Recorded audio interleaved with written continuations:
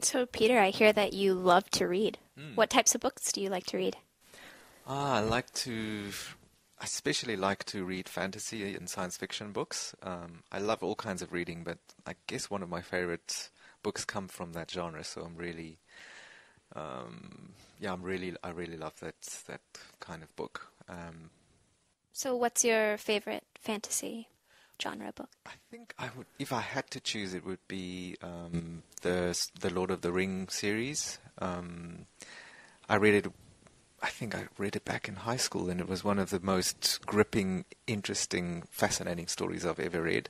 And I know it's fiction and it's an imagined world, but I think at that time that book was really meaningful to me because it gave me kind of an escape, and I could be busy with this book for weeks and weeks on end. And I actually ended up rereading the book twice or three times, I think, because I just fell in love with the characters and stories of adventure and fun and making friends and going through hardships together. And so it was a really meaningful book for me at the time. And then when the movies came out, of course I went to see them.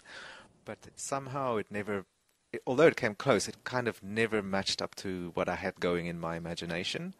And I think because the book was so imaginative, I've kind of fallen in love with reading science fiction and books about possibilities of how life could be, or imaginative lives of people. Yeah, I think that's why I really love that book. Oh, it's very interesting. Yeah. How about you? Do you read fiction or science fiction or anything fiction related? Not really. I tend to like nonfiction Oh, books. okay. Do you have any favorites from the nonfiction Um, range of books? One that I've read recently, well, I like reading nonfiction Mm-hmm. because I like to read things that I can learn something from. Mm-hmm. So I love to read books on culture and religion and different things. Okay. And one of the books I read recently that I really liked was called Spirit of the Rainforest. Oh. It was about a tribe out in the Amazon, Mm-hmm. and it was told from their perspective.